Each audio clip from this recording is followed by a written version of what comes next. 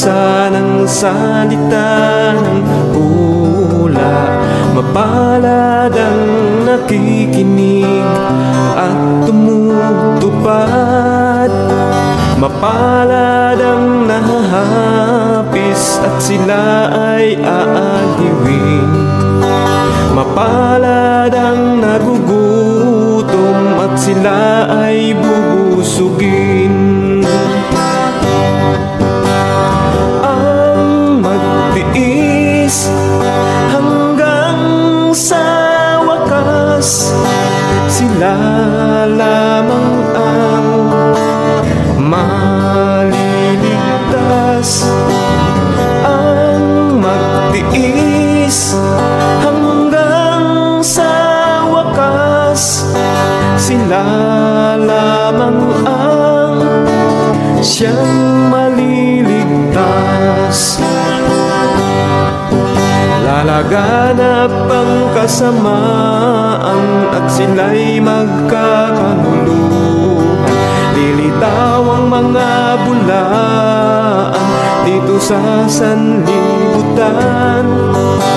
Makipot ang pintuan patungo sa kaligtasan. Malapad ang pintuan tungo sa kapahamakan. Ang magtiis hanggang sa wakas, sila lamang ang maliligtas. Ang magtiis hanggang sa wakas, sila lamang ang siyang maliligtas.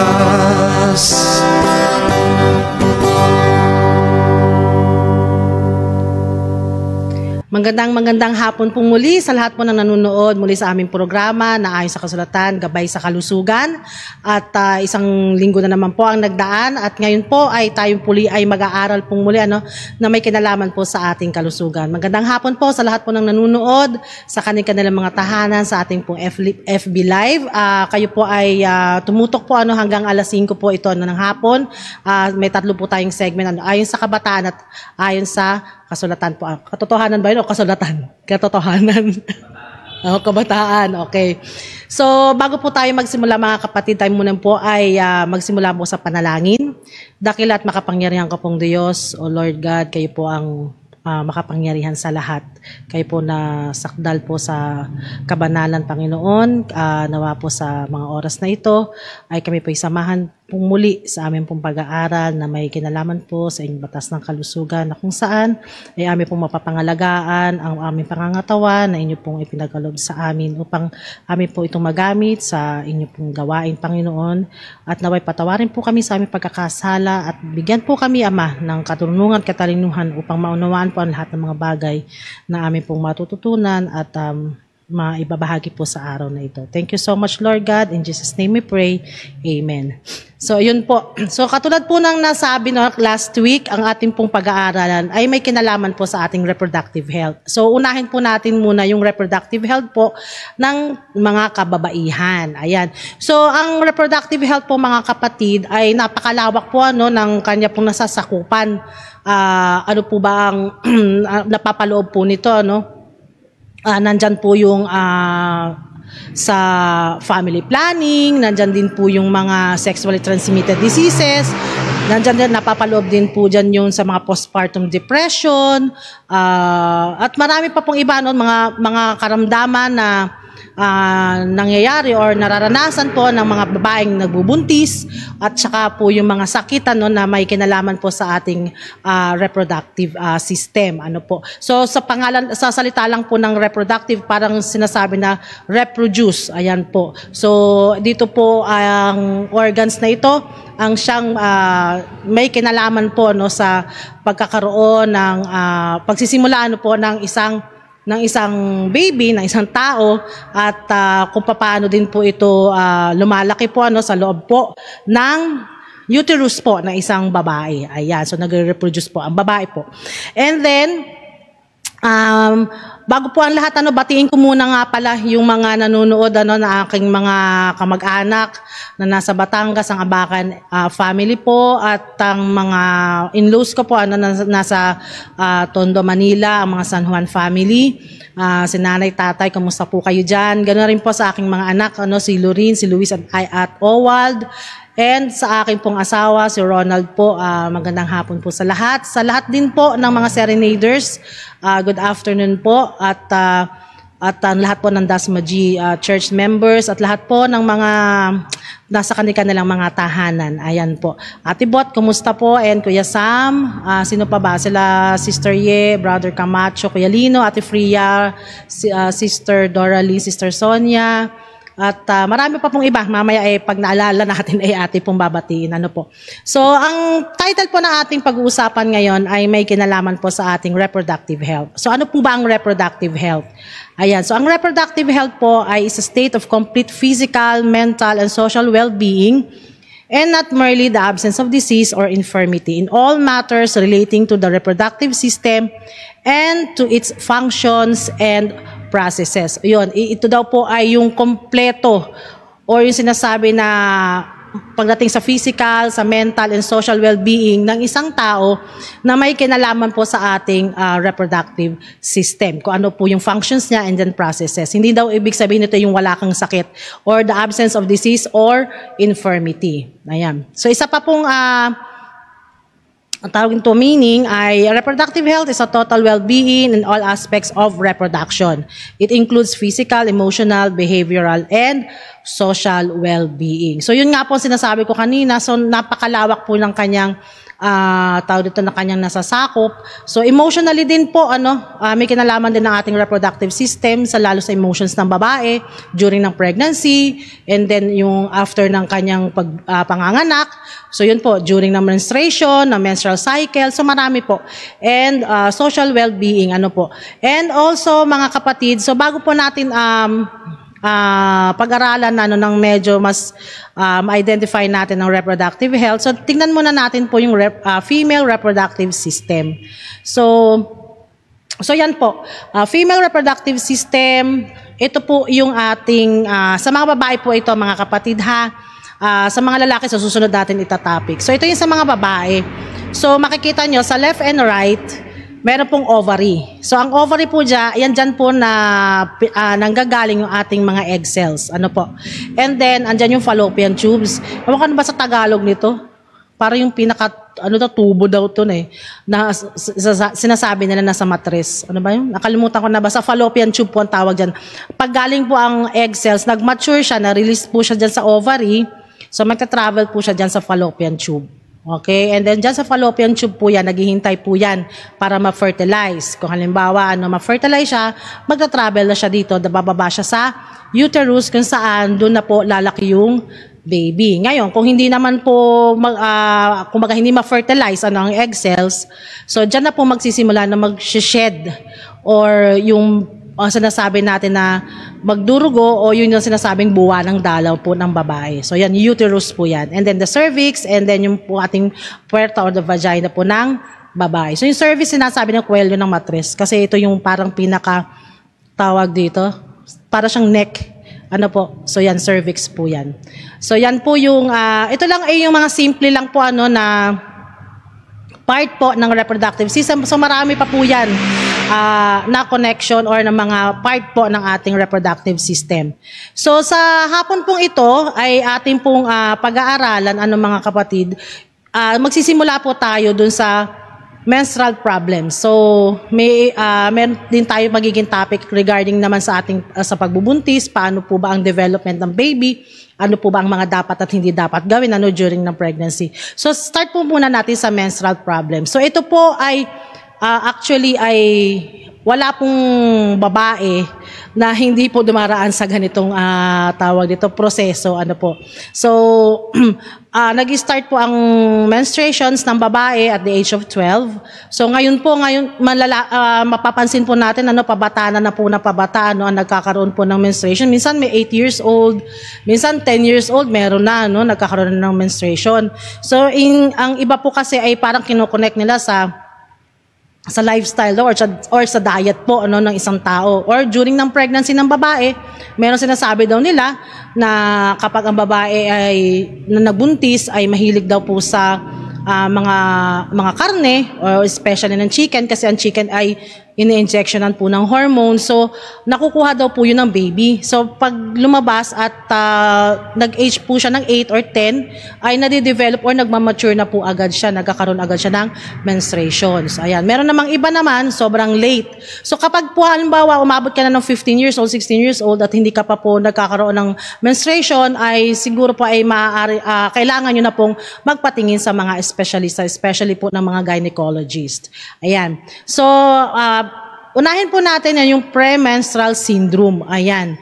So, susunod po natin yung pag-aralan ay yung menstrual disorders. Ayan. Ito yung mga iba't ibang klase po ng nararanasan po ng mga babae. May iba't ibang klase ng menstruations. Ayan. So, yun nga yung amenorrhea, absence of menstruation, yung mga hindi nireregla.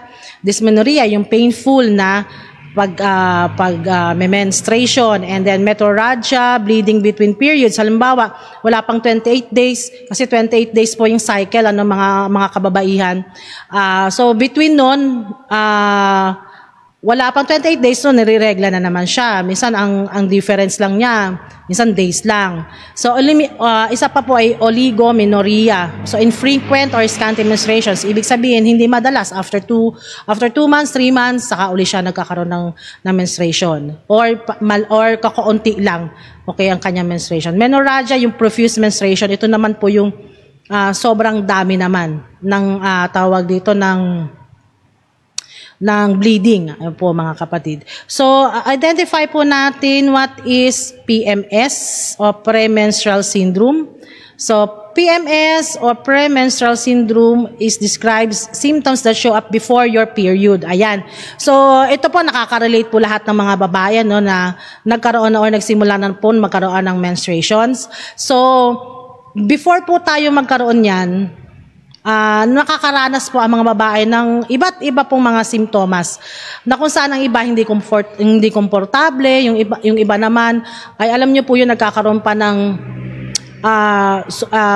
mentally or emotionally po talaga ay nagkakaroon ng problema. Physically din po nagkakaroon po ng mga problema. So, ewan ko lang kung sino po yung hindi nakakaranas nito. Pero sabi nila, bakit ako hindi nakakaranas? Kasi nga po, may mga babae po kasi na sensitive po sa mga hindi masyadong sensitive sa mga hormones na nagkokos po nito. So iba, sinasabi nila, bakit ako hindi naman ako sumasakit ang puson or hindi ako umiinit ang ulo?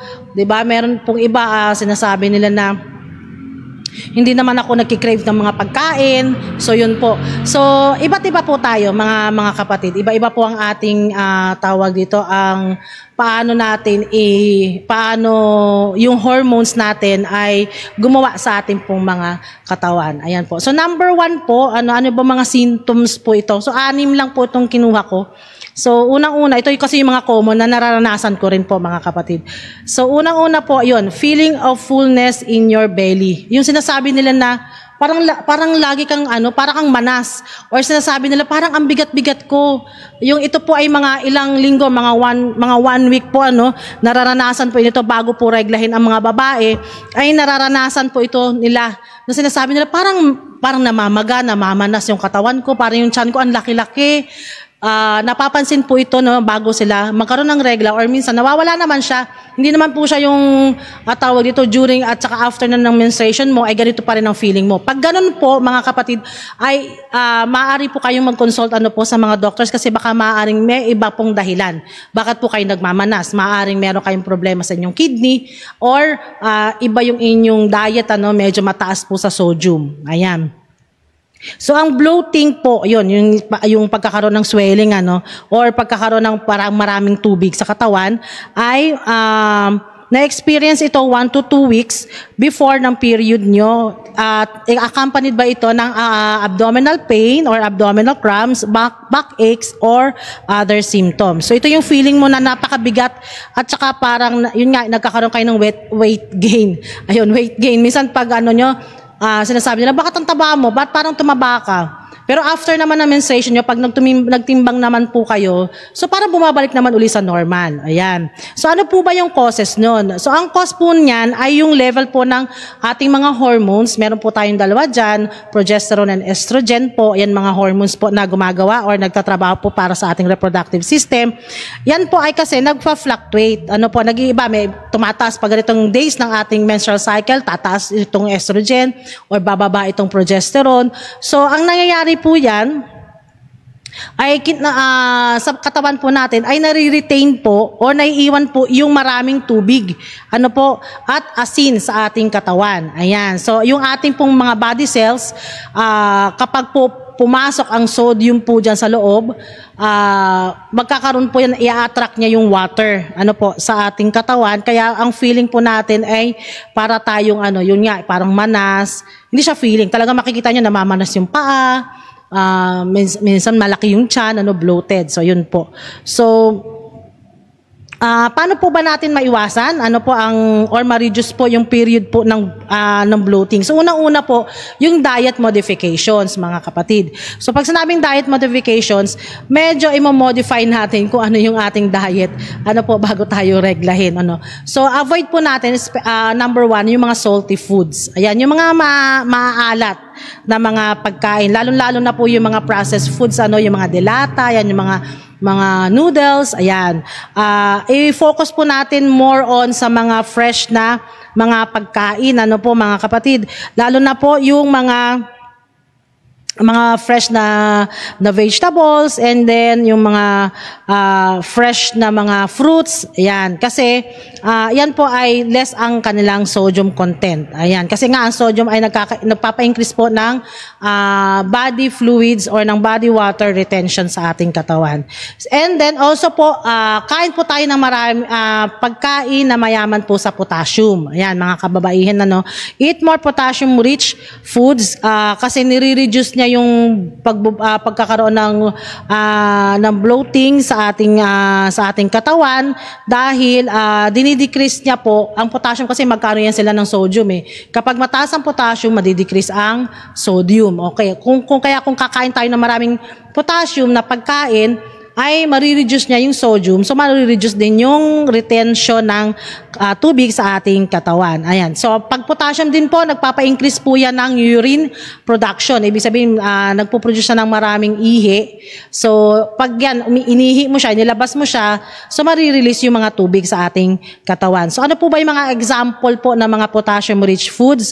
Andito po yung spinach, sweet potato, ayan, meron po tayo dito niyan, bananas, avocados, and tomatoes. Ayan, so, yan, pag halimbawa, alam niyo na magkakaregla na kayo at na feeling niyo ay, naku, parang ang bigat-bigat ko. So, kain po kayo nitong ganitong mga klaseng pagkain, yung mga potassium-rich foods. Yan, katulad ng binanggit ko kanina, saging, sweet potato, spinach, yan, avocado. Pag panahon ng avocado, yan, maganda yan. And also tomatoes. And then also, kapag po ganito,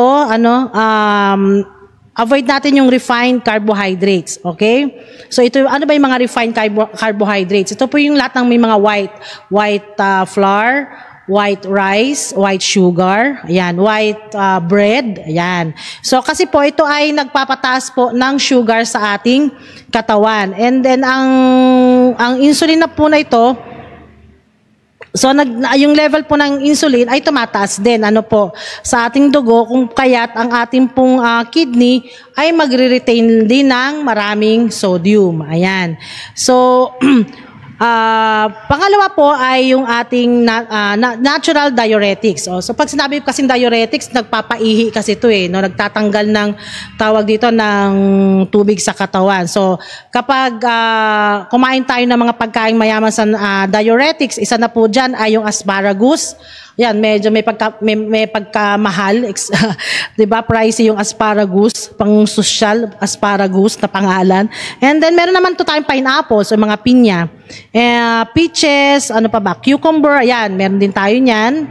Leeks, ginger at saka garlic. Ayan, mga natural diuretics. So pag hindi lang sa PMS ito na pwede nating kainin. Kung halimbawa tayo ay nakita natin na medyo namamanas tayo, at yung alam natin yung kidney natin. Maganda po kasi ito sa kidney kasi diuretics nga po siya, nagpapatanggal ng tubig or extra water po sa ating katawan. So, ang natural diuretics ay to increase, itong mga food na ito ay to increase urine production and to get rid water, thus helping reducing water retention. Ayan. Number 2 po na nararanasan ng mga babae bago siya magkaroon ng menstruation ay ito pong pagkapagod. Napapagod. Parang wala, matamlay ka, parang wala kang ganang kumilos.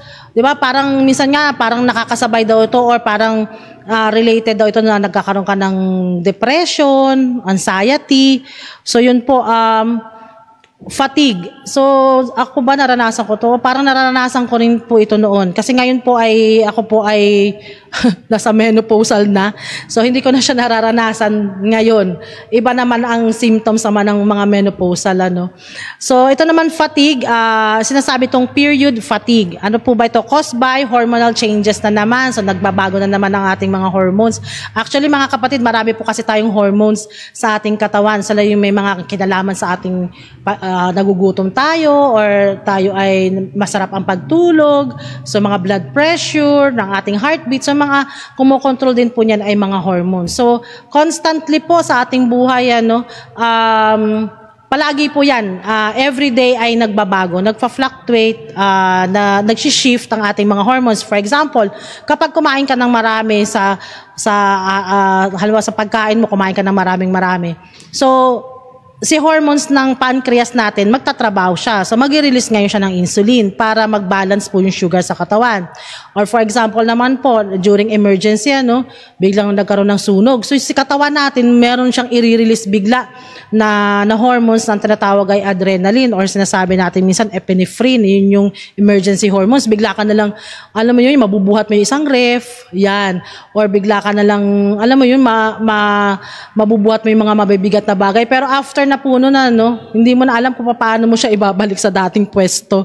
So, yun po. So, yung ating hormones po na yan, ang tawag by adrenaline. Or, minsan naman po, halimbawa, ay yung ating pineal gland sa gabi. So, pag gabi na, mag-release naman siya ng hormones na melatonin para magkaroon ka ng masarap na pagtulog. So, yun po yung nangyayari sa atin. So, marami mga hormones po na siya nagko-control po sa ating katawan. So, ito naman pong sa sinasabi nating fatigue. So, yung ating estrogen level ay tumataas po yun kapag during ng ating first half ng ating menstrual cycle. And bumabagsak naman po yung estrogen level na yun kapag dun na sa another second half po ng ating menstrual cycle. So, yung level po ng serotonin ay sometimes po ay nadidecline kung saan nagkakaroon po tayo ng mga mood or decreased energy level. So, kaya parang wala tayong ganang kumilos. Diba? Yung mga anak natin, minsan hindi natin naiintindihan kapag malapit na silang magkaroon ng menstruation. Alam niyo yung inuutusan mo siya, ang bigat-bigat ng katawan, ayaw agad niyang kumilos or tumayo ng kama. So yung pala dapat minsan iniintindi natin. Ayan, minsan hindi natin naiintindihan yun Akala lang natin tamad. Pero kapag naman halimbawa, hindi naman isang buwan ay meron silang regla at ganyan pa rin po siya talagang meron na po yung kinalaman sa katamaran. Ayan po. So, isa pa pong cause din po ng kung bakit minsan nagkakaroon ng pagkahapo agad yung mga babae. Minsan may mababa yung kanilang iron, especially kapag ang babae ay medyo, alam niyo po pa nag-menstruate ay medyo malakas. So, bumabagsak mo minsan ang hemoglobin niya ng kanyang iron. And then also yung food cravings. Bakit po? Kasi kapag tayo po ay halimbawa kain na yung alam niyo yung pagkain na mayaman po sa asukal or sa carbohydrates, minsan nag-spike ang insulin level po natin So bigla pagkatapos po niyan, pag nagamit na natin yung bigla naman babagsak yung ating blood glucose level. So nagkakaroon tayo ng feeling ng pagod or pagkahapo. Ayan po. So ano po ba ang treatment natin diyan? So kailangan po natin mag-practice ng relaxation technique. Ayan. So, yung breathing exercise, yung gentle exercise, and also taking a warm bath before bed. Yung bago tayo matulog, maligo po tayo, yun. Yung medyo maligamgam kasi nakaka-soothe or nakaka-relax po yun ng ating mga muscles at saka nakaka-induce po yan ng pagka-antok, po. So, yung iba naman sinasabi, sabi bawal daw pong maligo kapag pag merong buwan ng dalaw. Wag po tayong maniniwala doon, mga kapatid, kasi dapat nga po kapag merong menstruation or nagme-mens ang isang babae, dapat nga po lagi siyang yung kanyang hygiene ay maganda or maayos. Kailangan lagi naliligo kasi 'di ba malagkit or mainit kasi pag merong menstruation ng babae, tumataas kasi yung kanyang kanyang temperature, so pagpapawisan, so syempre nagkakaroon ng ibang amoy. Yan. Lalo pa pag nagkakaroon nga ng bleeding, so medyo malansa. So kailangan maliligo po tayo. So wag tayong maniniwala na dati pa po yun, before sabi nila wag daw mo maliligo kasi yung iba sabi, ewan ko kung totoo yun, kung magkakaroon daw ng epekto sa utak, nababaliw daw po. O di sana ang dami na pong baliwan, no, kung ganyan po yung paniniwala natin po. So next po ay yung symptoms po ng PMS ay yung cramps. Ayan, yung parang nagre-relax po at saka nagta-tighten yung ating abdomen, yung ating tiyan. Yung parang bigla na lang sasakit, tas mawawala, sasakit. So, yun yung cramps. Ito yung minsan, ang term po nila dito ay mga dysmenorrhea. Yun, yung painful menstruation. So, ano po ba yun? Yung throbbing, paano ba yung throbbing? Para siyang binubugbog na yung pagkasakit nito. And cramping pain. So, maraming klase po ng dysmenorrhea, yung primary at saka yung secondary. So, yung primary po, ito po yung mga una, di ba, yung mga kabataan, pag halimbawa nagkaroon na ng menstruation at the age of 12, so mga ilang buwan yan, mawawala. Then babalik uli, magkakaroon na naman sila after 3 months or 2 months. And then sobrang sakit. Kasi habang nagtatagal daw, at nagkakaedad yung babae, ay medyo nalilesen na po yung cramps or yung dysmenorrhea po niya. So, bakit po ba nagkakaroon ng cramps? So, same lang po daw yan ng pagregla at saka yung panganganak. So, meron tayong nirelease doon sa ating uterus na prostaglandins. Ano po ba itong prostaglandins? Ito po yung chemicals na ginagawa po ng ating uterus kapag tayo ay buntis or kapag po nireregla ang babae, kung kaya't ang cause po nito ay yung ating mga muscles po nagta-tighten and then nagre-relax.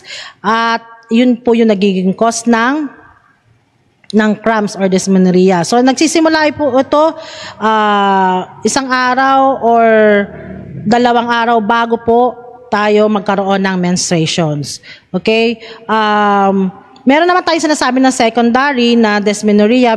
Ito naman po ay cause naman po na may mga medical conditions, katulad po endometriosis at saka yung uterine fibroids po. Yun ay mga type na po ito ng mga abnormalities po sa ating pong sa mga matres po, mga kapatid. And then also, ano pa ba? Pwede natin gawin. Ayan, treatment po. Kapag kayo ay nagkakaroon po ng ganitong cramping or dysmenorrhea, maaari po kayong gumamit ng heating pad or yung hot water bottle. Pero kung gagamit po kayo ng ganito, siguraduhin po natin na huwag masyadong mainit. So, lagyan po natin, balutan natin siya ng medyo manipis lang na towel, para po hindi mag-cause po ng burn. Minsan nagkakaroon ng 3rd-degree burn kasi paglapat po ay manipis lang yung balat natin di sa ating tiyan. Tapos hindi natin na-check na sobrang init pala. So, mawawala nga po yung sakit doon sa matres or sa uterus, pero mapapalitan naman po ng sakit sa balat, yung paso. Yan. So yun, ilalagay po natin, halimbawa yung mga heating pad, meron po ngayon nabibili, sinasaksak na lang eh. So hindi na tayo yung magpapainit pa ng tubig. Ano po yun, sinasaksak and then pwede nating i-adjust po kung gaano kainit yung gusto natin. So yun po, ilalagay lang po natin siya sa may bandang baba ng ating, sa may puson po natin, mga kapatid. And then also, taking a hot bath, yan, pwede po yan. And also, getting some exercises. Ayan, mag-exercise po tayo kasi pag nag-move, ay hindi na natin po masyadong mainda yung sakit po na nararamdaman po natin. So, paano po ba, bakit nga daw yung heating pad? Ano bang kinalaman ng heating pad or yung mga maiinit na tinatapal natin sa ating puson? So, ang ginagawa po nito ay nire-relax po niya yung ating muscle sa ating uterus. And then, Pag na-relax po siya, syempre, yung blood flow po ng ating sa matres ay magiging maayos, kaya magiging malelesen or mawawala na rin po yung sakit. So, depende po yan. Ano po nyo, ano nga tawag dito? Experiment nyo po kung saan po kayo. Kasi ako po kasi, mas nalilesen po yung pain ko, yung dysmenorrhea ko kapag ang tinatapal ko po o yung kinocompress ko yung malalamig, yung cold compress po. So nasa sa inyo po yun. Sa akin, ang cold compress kasi tawag dito, kinoconstrict niya yung mga muscles, so nagliles din ng inflammation. So ang ginagawa naman ng iba, alternate, hot and cold naman po ang ginagawa nila. So isa din po para ma-suit din po yung pain or yung dysmenorrhea ay yung pag-inom po ng chamomile tea. Ayan, nagpapa-release po siya or nagpapa-decrease or nagpapabawas po ng muscle spasms at tumutulong din po para labanan po yung pamamaga sa katawan. So, and vitamins and supplements po, especially po vitamin D, it helps your body use calcium and may reduce inflammation. So yung pag okay ang ating calcium level sa katawan, so nalalabanan niyo yung inflammation sa ating katawan. So, yun nga sinasabi natin kanina, getting some exercise. So, pag exercise ka sa labas, so makakaano ka rin ng sunlight, so makakakuha ka rin ng vitamin D. So, parang ano yan, yung tawag dito, 2-in-1. Ayan. So, eat high in calcium. Ano ba yung mga pagkain na mayaman sa calcium? Katulad po ng mga beans, almonds, mga nuts, green leafy vegetables. Ayan. So, kung kayo ay nakakaranas po nito, mga kapatid, yung mga dysmenorrhea, ito lamang po ang kainin ninyo. Yun mga beans, green leafy vegetables, mga antioxidants din po, yung mga blueberries, tomatoes, cherries, squash, at saka po yung mga bell pepper. Ayan. So next po, na symptoms ng mga ng PMS. Ito madalas ito mga babae. Ayan. Ayan, acne flare-ups. Ayan, dumadami yung nila, yung parang mga pimples, blackheads, whiteheads, minsan may mga nodules, tsaka yung parang mga butlig-butlig na hindi naman siya pimples, minsan sa likod, minsan dito sa leeg, dito sa may dibdib. Ayan, lumalabas po yan kapag bago magkaroon ng menstruations. Ayan, ang sabi nga dito, yung pinaka-main cause po nito ay yung changes po ng estrogen at saka ng progesterone levels during ang ating menstrual cycle. At ito po yung nagre-resulta na kung saan ay tumataas po yung androgen. Ano po ba yung androgen? Ako, ang dami naman mga gen yan. Progesterone, estrogen, androgen. So, ang androgen po, ito po yung hormones naman na natatagpuan po pareho sa babae at saka sa lalaki. Diba? And ito po ang nag-i-stimulate sa ating balat ng sebaceous glands or yung sebum na sinasabi. So, pinapataas po ng androgen. Kung halimbawa, sobra ang secretion ng ating androgen, so, mataas din yung secretions niya ng sebum o yung oil sa ating katawan. Ayan, ito naman yung sebum po, ito yung tumutulong para magkaroon ng lubrication, diba? At saka ng hydration po sa ating skin. Pero siyempre, yung sobra po ay masama. Ayan, ang excessive. So, kapag mataas po or marami po tayong sebaceous or sebum sa ating pong katawan, sa ating skin, at tapos na-combine pa siya ng mga dead skin cells, ng mga bacteria, kaya kailangan nga po maligo, di ba? Maghulamos tayo ng mukha natin bago tayo matulog. So, kapag po ganito yung nangyari, nagkakaroon tuloy tayo ng mga pimples, ng blackheads, at saka po ng mga whiteheads, at saka ang sebaceous din po, ang sebum, ay nagkukos din po siya ng skin thickening, yung parang nangangapal yung, hindi lang natin nakikita, pero nagkakaroon na siya ng, parang nahaharangan yung mga pores, yung mabutas-butas ng ating balat. So, yun po yung nagkakaroon tayo ng clogged pores. Hindi na-release din yung mga toxins, yan. So, nagkukos din po siya ng pimples sa ating mga mukha. Ayan. So, yung iba talagang tawag dito, napaka-sensitive nila. Minsan pag binabati mo, ba't may pimples ka? Ay kasi magkakaregla na ako. Ay kasi meron akong regla, kaya meron akong pimples. Ayan. So, may iba naman, kahit naman walang, halimbawa, hindi naman sila nireregla or malayo pa yung kanilang cycle ng kanilang menstruation, minsan, marami pa rin silang pimples, di ba?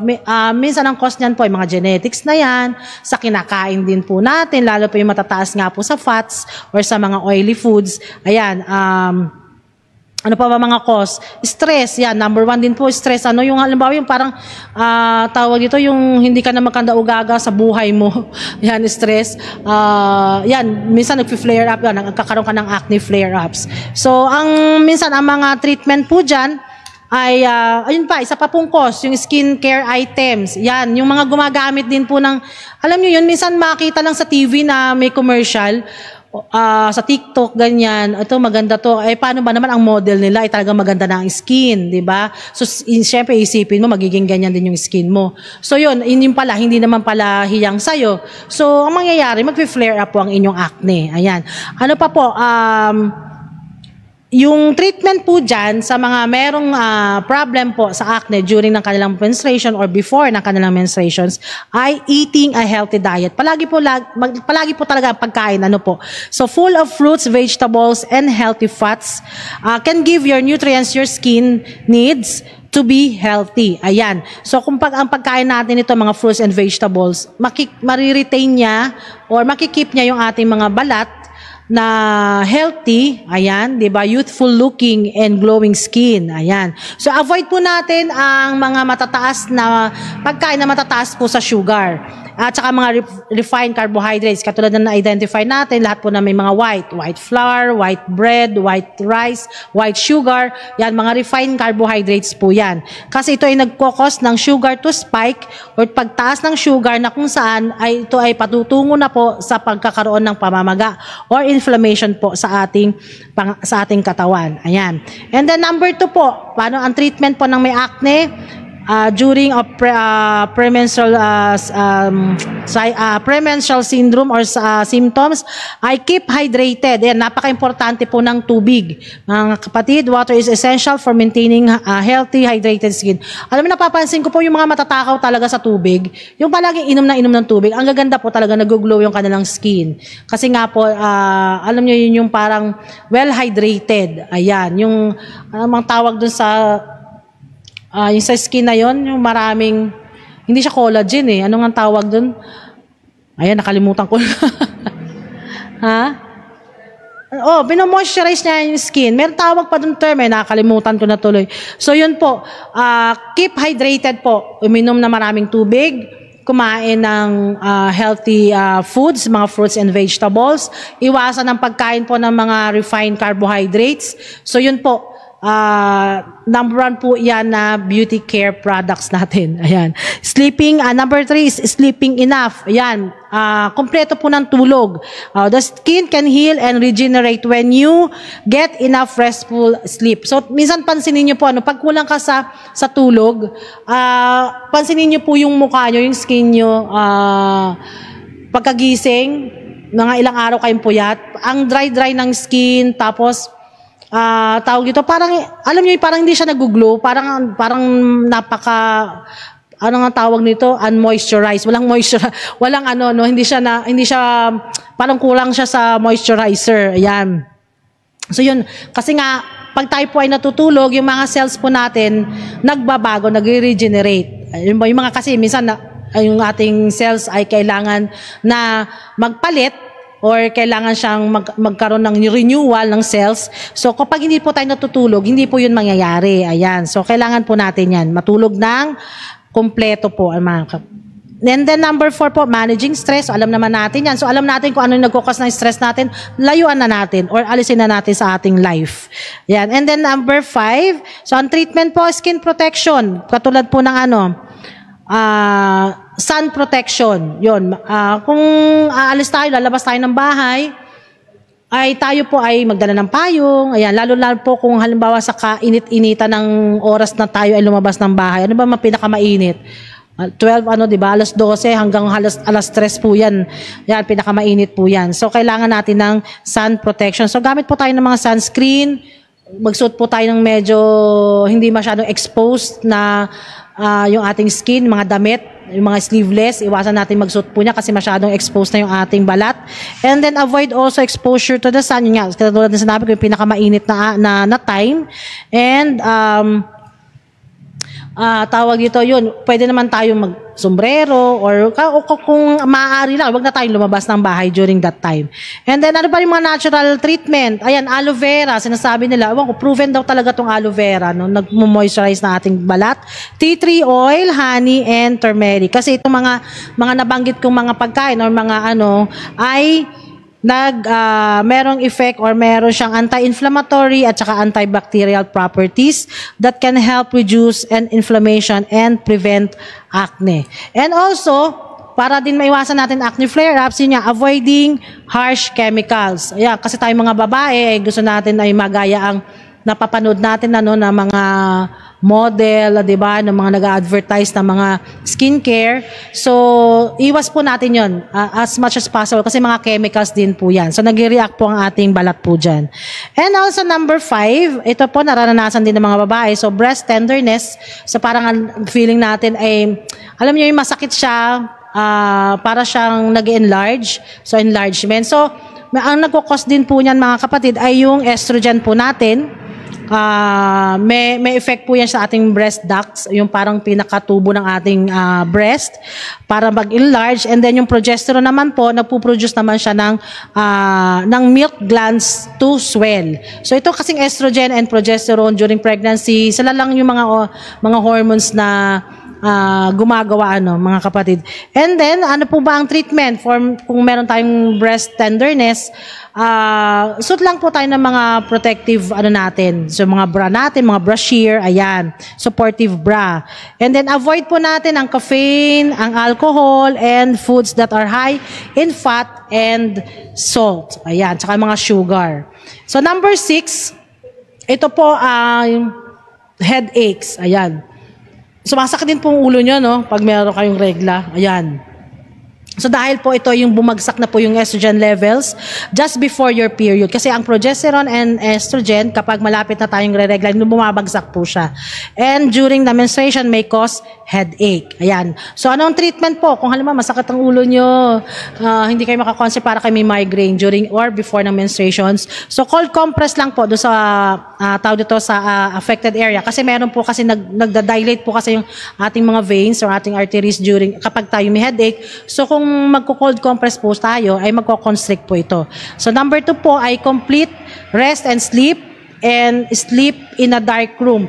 Pag po tayo ay nagma-migraine, isa po sa nagko-cause doon, nagtitrigger po ng migraine natin, yung ilaw, yung masyadong maliwanag. Kapag tumama po kasi yan sa mata natin, nagtitrigger po yan lalo ng migraine. So kung halimbawa may migraine kayo, sarado nyo lang takpan nyo lang yung bintana nyo ng kortina, patayin nyo yung ilaw, so tsaka kailangan tahimik yung lugar.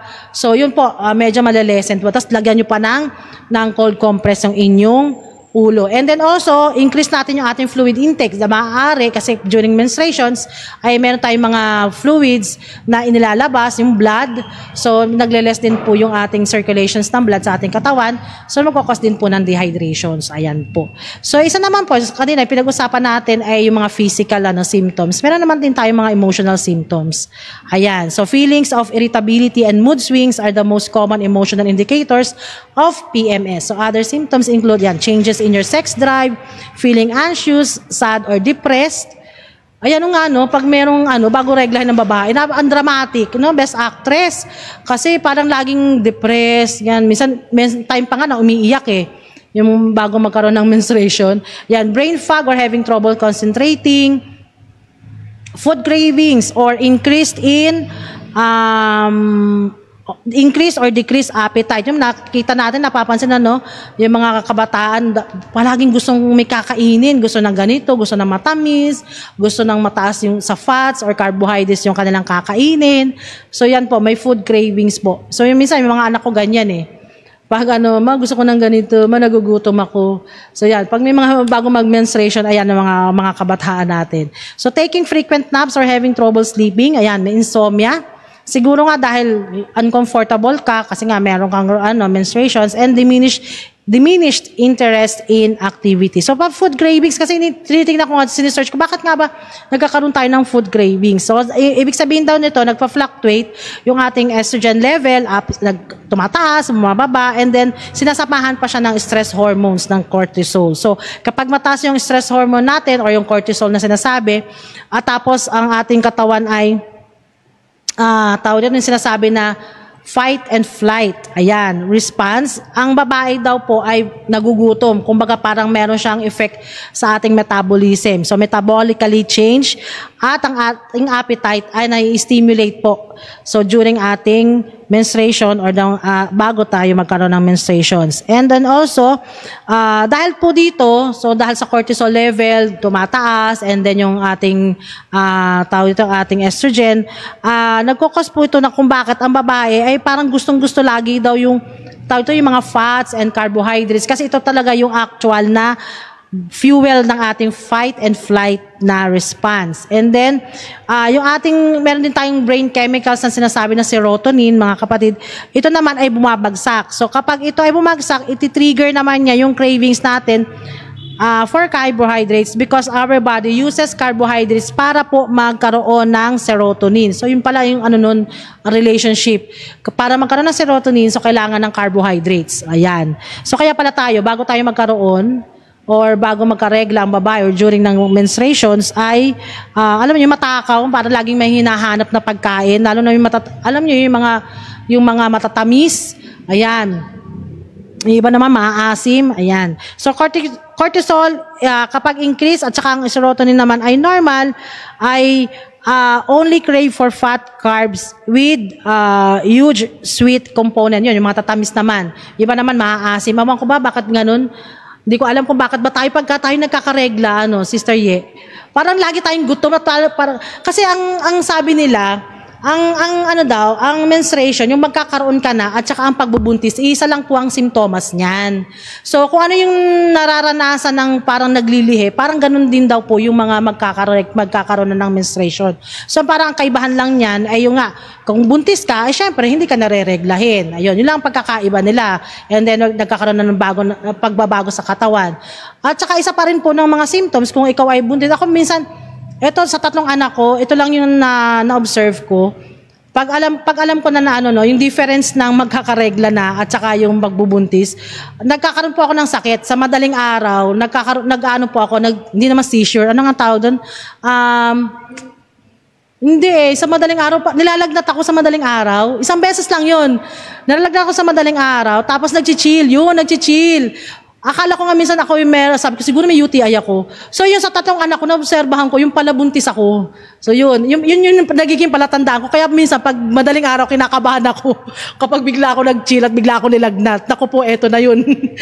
So yun lang po yung nagiging, yun yung palatandaan ko po, mga kapatid. So yun nga, minsan obserbahan po natin yung katawan natin kung ano yung pagbabago. So at least may idea na po tayo. So pag ganyan, siguro yung una, hindi ko siya alam. Yung pangalawa, sabi ko ito na naman. So parang medyo nag-iingat-ingat na, kahit hindi ko pa naman sure. Kumbaga hindi pa talaga ito yung na-confirm. So parang iingat na ako sa pagkain o kaya kung halimbawa masama nga pakiramdam mo, 'di ba? Kasi nga para kang lalagnatin or may lagnat ka na. So hindi ko agad yan hindi ako umiinom ng gamot. So until na makapagpa-check up na. Ayan. So yun po.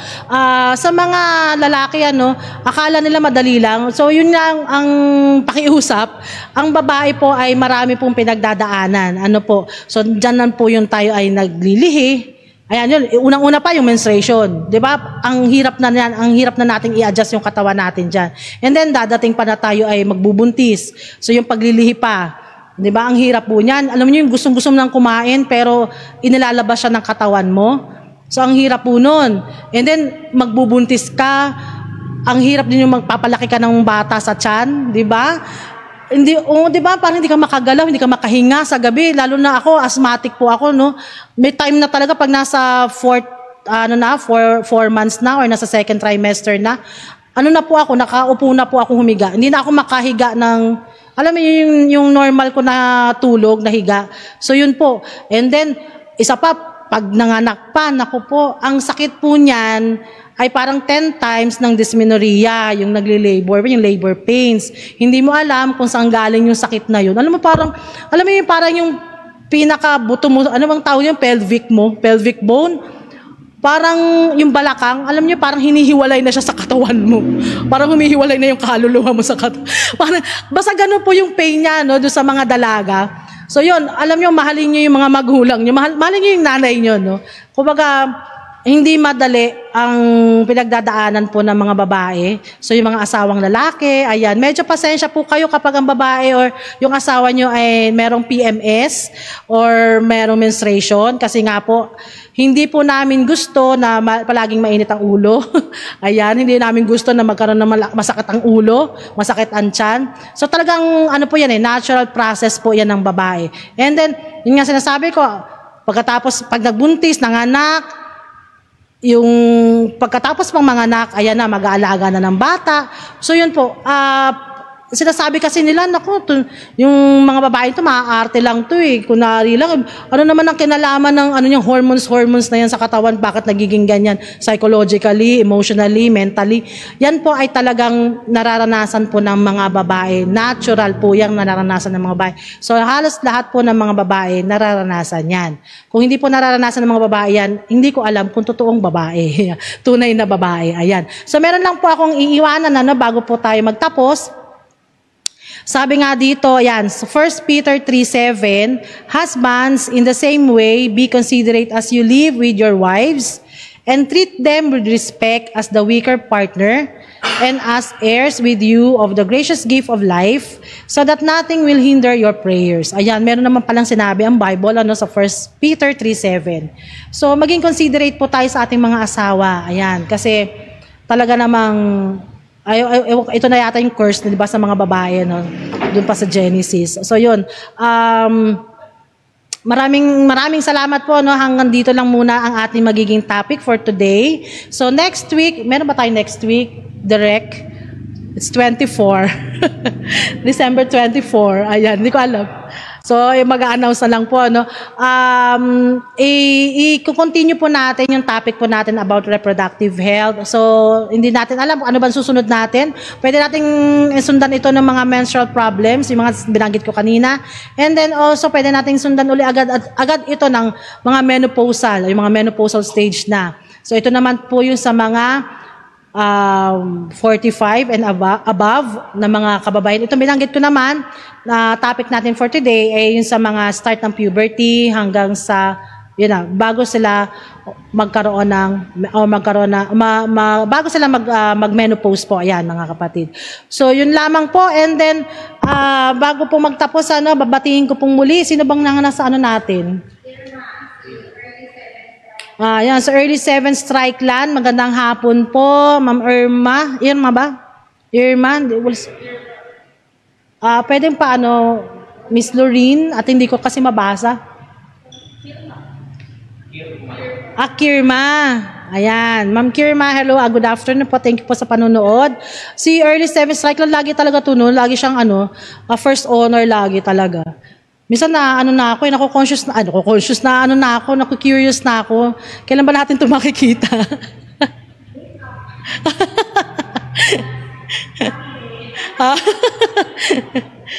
So yun, sino pa babatiin natin? Yung aking ama, hello, Father. Ayan, si Policarpio Abacan. Sino pa mabatiin natin? Nakakalimutan mga batiin. Sister Sharon ba darating? Sister Sharon, hello. Kay Kyle, kay Amber, hello. Si JL, ayan, JL, na-miss ka namin dito, wala ka. Hello JL, kumusta ka? And sila Sister Deng and Brother John, Palataw, kasama na namin sila yesterday sa AUP. Good afternoon. And also, sino pa ba? Brother Donsky.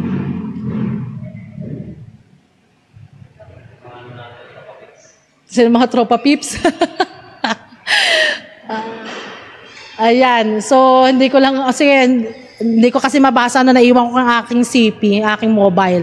So yun, sa lahat po nanonood, maraming salamat po sa lahat, at nawa po patuloy kayong sumubaybay. Next week pong muli, magkita-kita po tayo at tayo mag-aaral po muli ng may kinalaman po sa ating kalusugan. So bago po tayo tuloy mag-end at patuloy lang po kayong sumubaybay ha, kasi after po nito ay yung ating ayon sa kabataan. Ano po. So let us pray po muna. So thank you, O Lord God, at muli po kami po ay nakapagbigay muli ng mga lessons po, lectures about po sa kalusugan po namin. O Lord God, nawa po ang lahat ng mga nanonood ay may natutunan po at may i-apply po nila ito sa kanilang mga buhay. Thank you so much, Lord God, sa Holy Spirit na kung saan ay amin pong kasama po sa oras na ito at sa aming araw-araw na buhay. At thank you rin po for the guidance din po ng inyong holy angels po na kung saan kami po pinoprotectionan po sa aming po mga lakarin po sa aming araw-araw din po naming buhay. Maraming salamat po at ang lahat po ito ay aming hinihiling at dinadalangin sa matamis na pangalan ni Jesus. Amen.